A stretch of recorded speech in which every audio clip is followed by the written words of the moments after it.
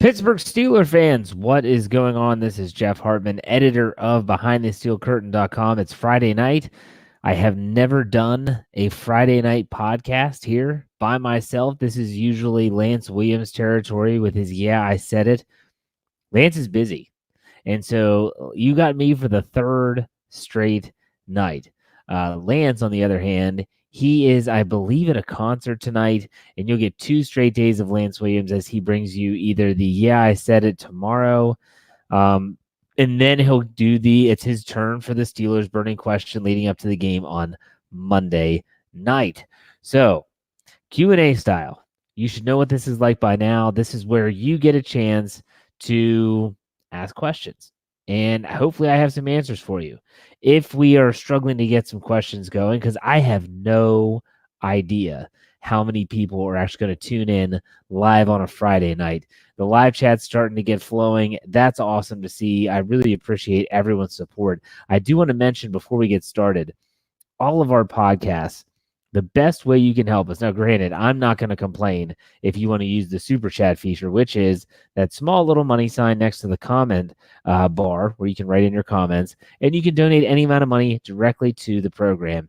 It goes to the program. We try to put it back into the program as best as possible. But if you don't want to give your money, and I don't blame you if you don't, the best thing you can do is to give this video a like. Hit the thumbs up button. Doing that helps get our exposure out. YouTube recognizes that. It's all part of their algorithm to help us get more exposure. Also, subscribe to the channel if you haven't yet. Go to youtube.com, search BTSC Steelers Radio, and subscribe. The last I checked, we had 4,160. And as Lance said this week, the goal is 5,000 by the end of the season. I think that's very, very doable. But give this video a thumbs up. I'll remind you a little bit later on. And if you listen only in audio platforms, give us a good review. Give us a good rating, whether it's iTunes, Google Play, Stitcher, wherever. It all goes a long way. I can't say that enough. So, Steelers Q&A. Let's start off, get everyone going, kind of get things juiced up a little bit on this Friday night, celebrating the weekend early. The question that I titled this episode was simple, yet it's a little bit complex as well. And I asked this question on the Steelers preview last night, but I didn't really get a good feel from the live chat what their answer was.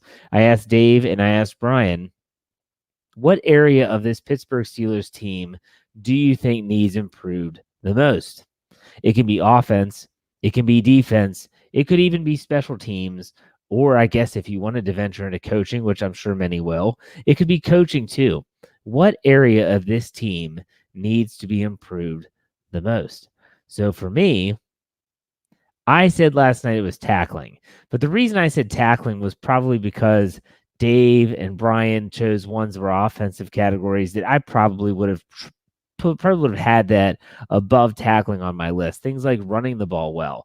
Things like finally being able to drive the ball down the field and have some semblance of a deep passing game, something the Steelers haven't had really in 2019, even when Ben Roethlisberger was healthy. So I kind of thought out of the box and tried to think, okay, outside of what they said, what would be an area of improvement that I think that would have a need? And I went with tackling because there's been a lot of missed tackles, and it can be an absolute killer. You see a lot of these third and ridiculously long conversions, and a lot of them come down to missed tackles. So for me, I said tackling, but I really want to hear what you have to think, because that's what this Q&A is all about. I'm going to ask a question, you answer, and you can ask questions and I'll answer. So let's get started. All right, so the Sheep M says the biggest improvement is the defense. The offense needs the most help at the moment. So, yeah, I think in terms of where they need to improve, you're pointing at the offense. Cree, who's a longtime listener of the show, he says offensive line, then the wide receivers. Tough to disagree, but the one thing about the offensive line I want to mention is that the offensive line is doing a tremendous job in pass protection. They've only surrendered 5 sacks in the entire season. Only 5. Compare that to the team they're playing on Monday night, the Miami Dolphins, who've surrendered 24 already. That's right. They've played 6 games. It's an average of 4 sacks per game. Okay. Mark Davison brings up that Cameron Sutton is tackling well. Yes, but for every one, I feel like there's 2 that are struggling. So although, yes, we'll give Cam Sutton a big pat on the back and say good job. At the same time, I think there's still a lot of room for improvement in that category. Alex Flores is the running backs, and then the wide receivers. Brandon with the obvious, scoring touchdowns. Of course, that's always where they need to. Michael Toole brings up offensive line again. He said they're fine.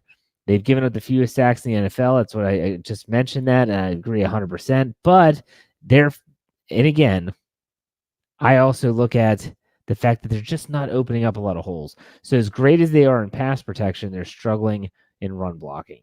So take that for what it's worth. I'll still keep an eye on these answers as they roll in, but we have a couple questions coming in. Now, this is where you can ask any question that you like, and I'll try to answer as many as I can. If you want to use the Super Chat feature, again, it's a small little money sign to the bottom right of the comment bar, and you can put in any amount of money. It'll guarantee to get your question answered. So Mark says, do you think the defense will play more energy/anger with Vince? Well, considering the fact that Mark Barron, as of Friday, and this is not the final injury report, as of Friday was still a limited participant, I would say that you can expect Vince Williams and Devin Bush on the field together on Monday night.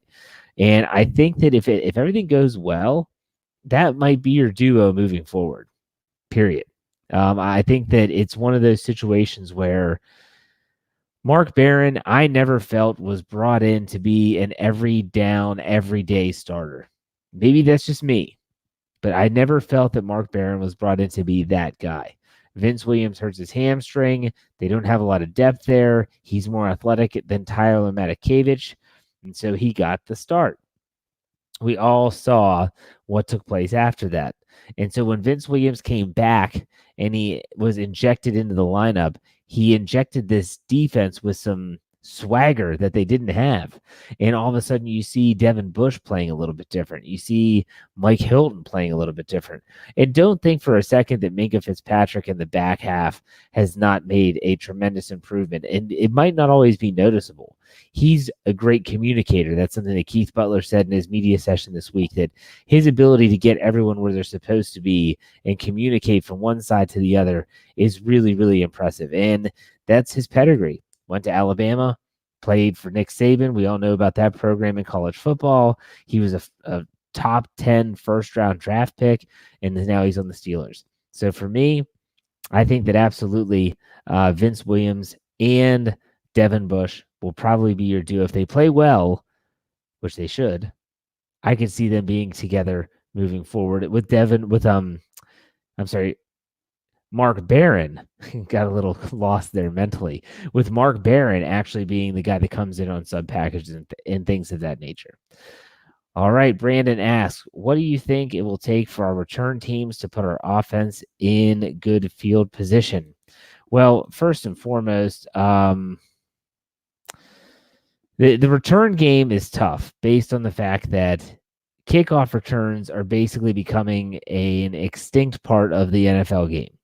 And because kickers just kick it out of the end zone, because it's such a gamble now to take it out of the end zone, they've basically rewarded teams for taking a knee or letting it go out of the end zone. So in that regard, I would just be happy if it's in the end zone, just kneel it every time. But there are teams like the Ravens that are really good at kicking that high kickoff that doesn't get to the end zone. It is a tremendous play if you have good special teams, and the Ravens do. And so they can pin you inside the 25 where you would have gotten the football, and that's tough. But on the flip side, there's a punt returns. I'm really not sure what the heck is going on with their punt return teams. I shouldn't be shocked. It's never been good. But at the same time, I guess I expected a little bit more. We'll see how that pans out. But that's a really good point. Special teams putting the offense with good field position. Okay, Snowman gives us $5 in the tip jar. Appreciate that, Snowman. He said, do you think the Steelers will break their sack record? Well, that's a tough one. Right now, I honestly, I'm focusing on whether this team can get to 50 sacks for a third straight year. That's what I'm really looking for. Because if they do that, according to Brian Anthony Davis, and I need to double check this, according to him, if they were to get 50 sacks for the third straight year, they'd be the first team in NFL history to do so. I trust Brian. I know Brian personally. I know he wouldn't say that on a platform like our podcast unless he knew it was true. So if that's the case, I'm rooting for them hard to get 50. Will they get their record? Beat the record? That's tough. They're on pace, but we'll see. They're going to have, and they've had these the past 2 years, a couple games like they had against Cincinnati earlier this season where they have 8 sacks in a game, 7 sacks, 6 sacks in a game, all this stuff. You have to have those big outputs to get those high numbers. And they've had those so far. I guess, obviously, I mentioned the Cincinnati game where they had 8 sacks, but they're going to have another performance like that, maybe against Miami, a team that's surrendering 4 sacks a game, that the offensive line's not very good. Will they be able to do without Stephon Tuitt? That's another question. So it's interesting to see. I think they go. I'm looking forward to them trying to get 50. I don't think they break the record, but I do think they set a new record by having 50 sacks for 3 years in a row. Next question, Alex says, do you think it's possible to let go of Moncrief and pick up someone else? It's always possible. For instance, they would gain that 3rd round draft pick that we've talked about so much if they release Moncrief by week 10. They still don't have to do anything this week. They don't have to do anything next week. They just have to release him before week 10. So for me, I look at this team right now, especially with James Washington, even though he was a full participant in practice on Friday, with him being kind of banged up. I look at him and say, if James Washington is healthy, then why do we need Dante Moncrief? They're just not using him. They would rather throw deep to Johnny Holton than they would Dante Moncrief. And Dante Moncrief is the highest paid free agent, I believe, on the football team. And so if they cut him, and I think they will cut him, it would be a huge indictment on the front office. And the Steelers don't like to admit that they made a mistake. They never have, and they never will, like to admit that they made a mistake. And if they cut him, they will admit that they made a big mistake. Now, I don't think fans will be on their back as much as maybe at one time they would have been, based on the fact that they would know why they cut him. You say, hey, we have to cut this guy because we need that 3rd round draft pick, period. And so people would understand that. And I don't think anyone would complain about it. I don't think they would complain about cutting him. I think they would complain about it signing him in the first place. But I don't think anyone in their right mind that's ever watched football, that's ever watched Dante Moncrief play, would have expected this to happen when he comes to Pittsburgh. Talk about a horrible start to a career. In the preseason, he has that 1 catch, 1 fumble, and he's out of the game. Then all of a sudden, the regular season starts. He can't catch anything. Second week against Seattle is when the ball goes through his hands, hits his helmet, gets intercepted. That was a turning point of that game. He finally made a catch against Los Angeles in week 6. It's just not worth it for me. It's just not worth it at all. So let's see. We have a couple other questions to get through here. Cree says, why do you think the Pittsburgh thinks so highly of Holton? He hasn't done anything for us this year, just like Moncrief, but he does play special teams. Remember that. A lot of times, those 53, those 51, 52, 53 spots on the 53-man roster come down to special teams. And so he is, he's absolutely valuable in that regard. And so that's probably why they think so highly of him. Michael asks, do you agree Bush and Vince are better than Bush and Barron? Vince is a great communicator, knows the defense inside and out. Barron is most more the quiet type, like Bush is right now. I do think right now that the Bush and Vince is better than Bush and Barron, based on one thing, and I said this to Lance Williams. If you're looking at this Pittsburgh Steelers defense and you're saying, well, Vince Williams can't play because he struggles in coverage. Okay. That's well known. Everyone knows that.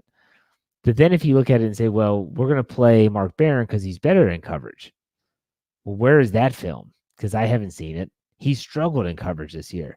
And so I look at it and say, if you have Vince Williams, who struggles in coverage, is a great blitzer and great in run support, look at Mark Barron, struggling in coverage, not a great blitzer, some would say he's a little undersized in run support. You would play Vince Williams.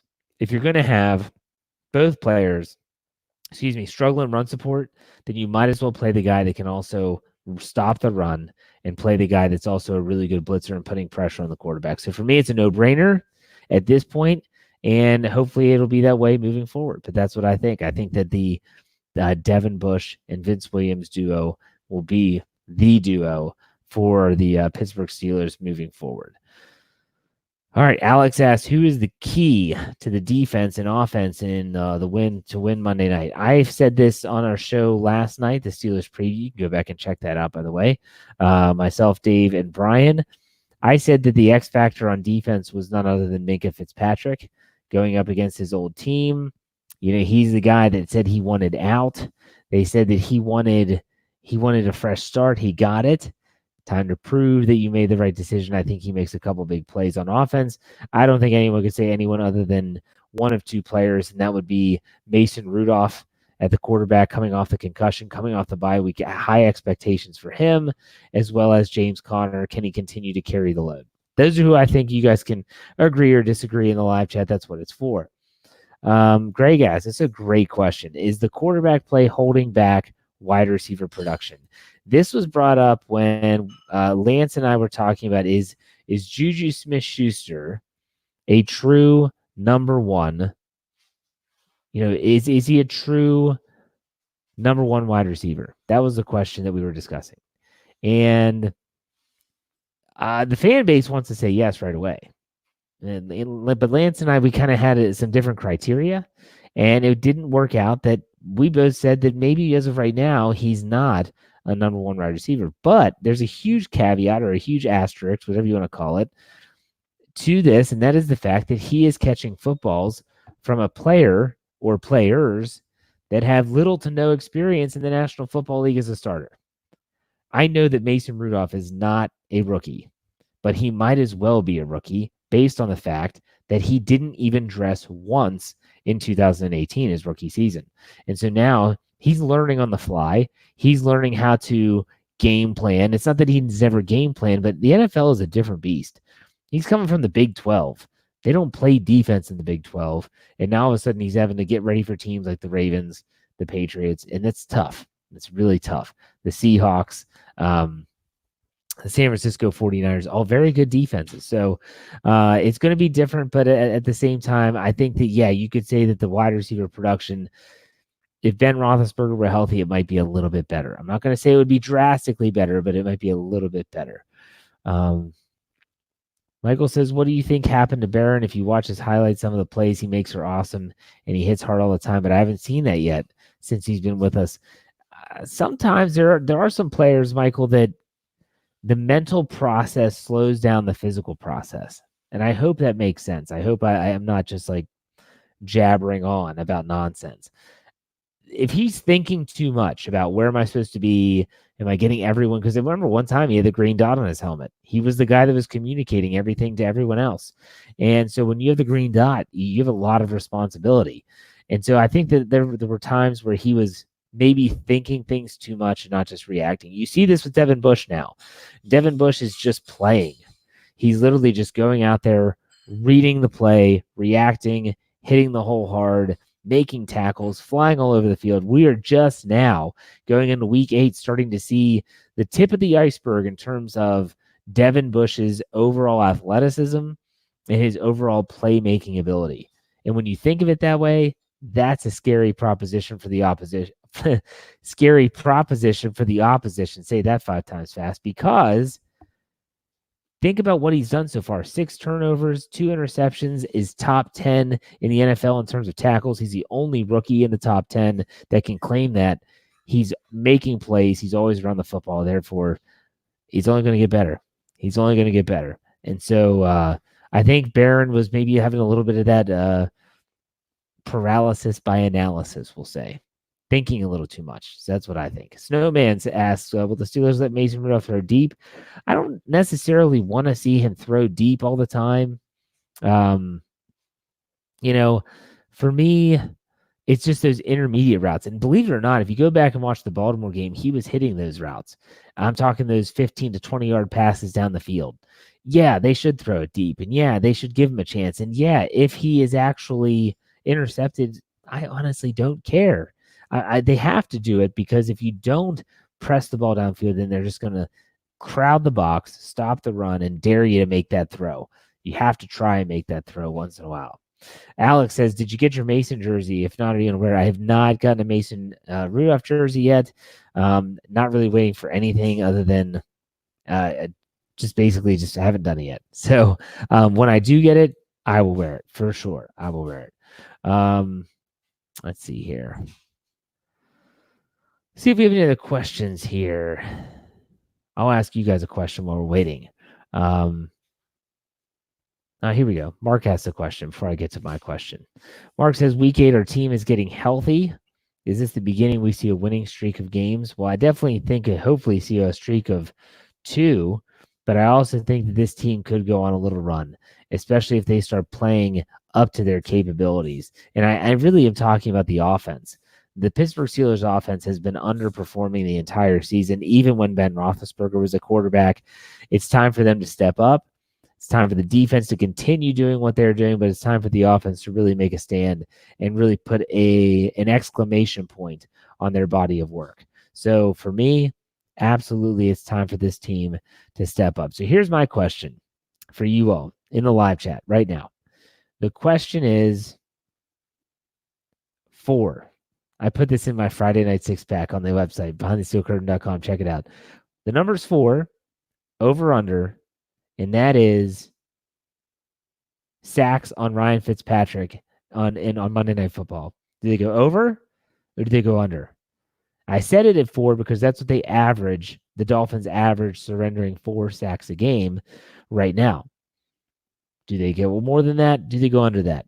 I want to know from you. You can put an O, you can put a U, you can put over, under, whatever. Let me know in the live chat whether you think the Steelers will have 4 or more sacks or whether they'll have less than 4. It'll be really interesting to see what you all think. So far, we see Michael, Mark.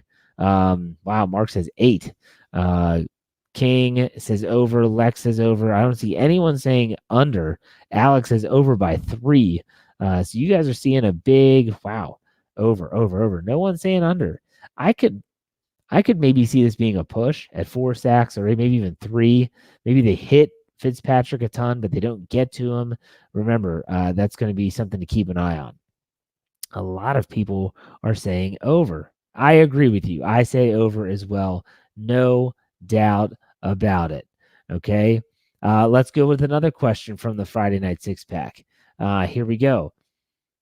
The Steelers are averaging just over 20 points a game right now. Offensively, averaging 20 points a game. Where do you think that this team needs to be in terms of points per game for them to be considered, not just that their offense considered to be, a capable unit? I'll put it that way. I'm not suggesting they're going to be with the top in the league or anything like that. I don't think they're going to come close to touching 30 points per game, which used to be the goal every year at, under Todd Haley. So 20 is the number right now. Where do they need to go? Put that number in the live chat right now. So K-Horse says 27. The Joker says 25 points per game. And you got to remember, they have just over 20 points per game, and they scored 3 in week 1. So they're actually not doing as bad as people think. But here are some other numbers. Dion says 30 points per game. Snowman, 22 points. Well, that's not that drastic from what you're seeing right now. Another 27, 25, 31. Mark says 26 with a lot of defensive help. 27. So a lot of people are saying that, it's one or the other. Now, I do want to bring this up. Vodka Drinker says, don't forget about Terrell Edmonds complimenting Bush's play. There are some aspects of this defense that get unnoticed, and that would definitely be one of them. For sure, I think Terrell Edmonds is playing better. Some might disagree if he's playing at a first-round draft pick level, but I think he is playing better, and therefore, kudos to him. He might not be making the splash plays that you want to see, but that just might not be his MO. Hopefully that's Minka Fitzpatrick's MO. Which, by the way, how many turnovers do you think Minka Fitzpatrick causes this Monday night against the Dolphins at Heinz Field? He's going against his former team. You know he wants to stick it to him. You know he wants to say, you guys, hey, you want to trade me? I wanted to be traded, but you all pulled the trigger, so you wanted to get rid of me as much as I wanted to get out of there. I'm going to show you guys what you're missing. How many turnovers does Minka have a hand in? We'll change it to have a hand in. So, for instance, if he causes a fumble, he might not recover that fumble, but he forced the fumble. Therefore, he would have a hand in that turnover. So there's a lot of people saying 2, 3 for some people. Check at 12 says 1. I agree with that. I think 1. I could see him getting an interception or a fumble recovery, something like that. I would love it if people like Cree, who says 3, Mark Davidson says 2, Lex says 3. I think it'd be awesome to see him get a bunch. Here's a good question from Mason or from Brandon Reese. I feel like Mason's going to have 300 plus passing yards. What's your stat line for Mason Rudolph in this game coming up? Does he have 300 passing yards? Does he throw for more than 2 touchdowns? Does he throw any interceptions? What do you think? For instance, I'm going to guess that I think that I said this the other night. I think that Mason Rudolph does go over 300. I think he throws 3 touchdowns, 1 to James Conner and the other 2. I think he gets James Washington 1. I think James Washington absolutely finally gets that. So what do you think in the live chat right now? We have a few minutes left. I didn't want this to be a ridiculously long show. Here we go. We got some stat lines coming in. Mark says 23 of 27 for 240. No touchdowns, Mark. I'm surprised. I think he would probably get 1 in there. Let's see here. A lot of 325 and 3 TDs, 250 and 3 TDs, 306 and 3 touchdowns, 265 and 2 touchdowns, 265 and 2. 325 and 2. Man, that would be a big night for Mason Rudolph. 278, 3 touchdowns. It'll be great to see. I really hope that he lives up to all these, except the 18 of 19, X Eddie B. I'd like to hear your explanation for that. He's 18 of 19 for 229 yards. Maybe just a game manager? Is that what you're thinking? I'm not sure. So, let's hear 150 all-purpose yards for Connor. I think that's a good stat line. Absolutely. You can go ahead and fire away if you want to take a gander or a guess, I should say, at James Conner's stat line coming up on Monday night. Now, Vodka Drinker, don't want to miss this. He puts $6.66. I don't look at that as being satanic. I look at that as a bunch of Mario Lemieux numbers in front of me. He said, we just have to choose our shots downfield. If it's picked, it's just as good as a punt. Let's play football, Steelers. I think it's just time to not handle Mason Rudolph with kid gloves. Take the kid gloves off and let him sling it. Let him sling it around. Because let's be honest, that's what the quarterback was doing before he got hurt with an elbow. So you might as well, they were fine with it then. That's what I don't get. All these fans are like, Ben, he's going to throw some picks. He's a gunslinger and all this stuff. But at the same time, there's all these other things going on. And like if Mason Rudolph were to throw interceptions, they'd probably be livid. Well, it comes with the territory. If you want him to be super safe and do a little check down, and 4-yard pass, then he's not going to turn the ball over.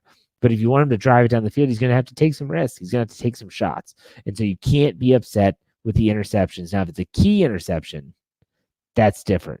Know the situation, know what's going on, and know how to handle that situation for sure. I have some people throwing in James Conner stat lines. Conner has his first 100-yard game. That's from Mark. King says Connor 18 rushes, 80 yards, 55 receiving yards. I like that. I think that's going to be more of his MO this year is all-purpose yards. Like Cree says 130 all-purpose yards for that. Dante Harris says that Benny Snell Jr. steals the show. Ride the hot hand. Man, I'm not sure. I'm not so that not sure I'm going to see Benny Snell steal the show. I could be wrong. But never know. Dion says, love your show. Tell Lance to move back to Pittsburgh. Better internet connection. I think Lance is pretty comfy, cozy out there on the West Coast, but I think he's always going to have those Pittsburgh roots for sure. Here we go. A couple more. Connor, like I said, 200 all-purpose yards. Wow, that's like a butt naked and Rob day. If he has that day, heck yeah, that would be awesome. Here's another good one. Let's talk about this while we finish up the show. How many points scored by the defense? Meaning, do the defense actually add total to the offensive stats? Do they get a touchdown, a la Devin Bush in Los Angeles in Week 6? Does he picks up the forced fumble and he runs it in for a touchdown? Does the Steelers defense hit pay dirt in Week 8? Let me know what you think. It'll be interesting to see. I think they do. I did predict that they're going to have one defensive touchdown. And so some people are saying they're going to have 14 to 2 touchdowns. It's going to be interesting. And people forget, and I'm going to say that, Liberal Rod, he says, I think we have all 4 running backs in this one. And that's the fact that everyone's forgetting about Nix. He could be back this Sunday or Monday. Goodness gracious, Jeff. Yeah, he could be back. And I think that's going to be really, really interesting to see how they use him, or do they use him? Because everyone's excited about Nix. I'm more excited for his special teams play, because as of right now, if Randy Fiedner is calling the plays, and if they're still going to throw out things like the way that they did with Ben Roethlisberger, then they're not even going to use him, because they never used him. I don't understand why they didn't use him. I'm not saying I was happy they didn't use him, but they just never used him as a fullback except in specific situations. So I'm excited to have him back. I'll be even more excited when he actually gets repetitions at fullback and not just as a special teams guru or goal line or short yardage. So keep that in the back of your mind. So to kind of recap of things here, answered a lot of questions, which I'm really happy that we had almost 100 people on a Friday night. That's pretty impressive. Kudos to everyone for sitting in here with me on this Friday night to talk some Pittsburgh Steelers football. It shows you that most people don't care about the World Series that much. Still, remember, if you want to help the program, give this video a thumbs up. Give this video a thumbs up. Comment if you want. All those things like comments, thumbs up, subscribing to the channel really, really help our channel in terms of exposure. So it does go a long way. It doesn't take any effort at all. You just go pop and click the thumbs up button. It helps. Trust me. Alex says, what is my score prediction? I said the Steelers win on Monday night, 30-13. They cover the 14-point spread, and all is well with the world as they move to 3-4 and get ready for 2 huge games coming back with the Colts and the Rams, both at Heinz Field. And we will have all of the content, all of the breakdowns for you right there on BehindTheSteelCurtain.com. Make sure you check out all of our podcasts. Maybe you missed one this week. It's still relative. So go back and check out the Steelers Hangover on Monday. Check out the Stat Geek on Tuesday. The Standard is a Standard Wednesday. The Steelers Preview Thursday. This show you're obviously watching right now. Tomorrow or Sunday will be either the Burning Question or Yeah, I Said It, both with Lance Williams. So if you're a Lance Williams hater, tune in because you will have that live chat to let loose and tell him everything that you feel about how he feels about the Pittsburgh Steelers. But I like the Steelers to win on Monday night 30-13. I think it's a dominant performance from both the offense and the defense. And I absolutely understand that we all want that. We all want that. And even Lance picked the Steelers. That makes me really, really nervous. But as he always sends it out, tune in, tell a friend, and subscribe. The next time I see you will be late Monday night on the East Coast, talking about hopefully a Pittsburgh Steelers win over the Miami Dolphins. We'll see you next time. Have a good one, everybody.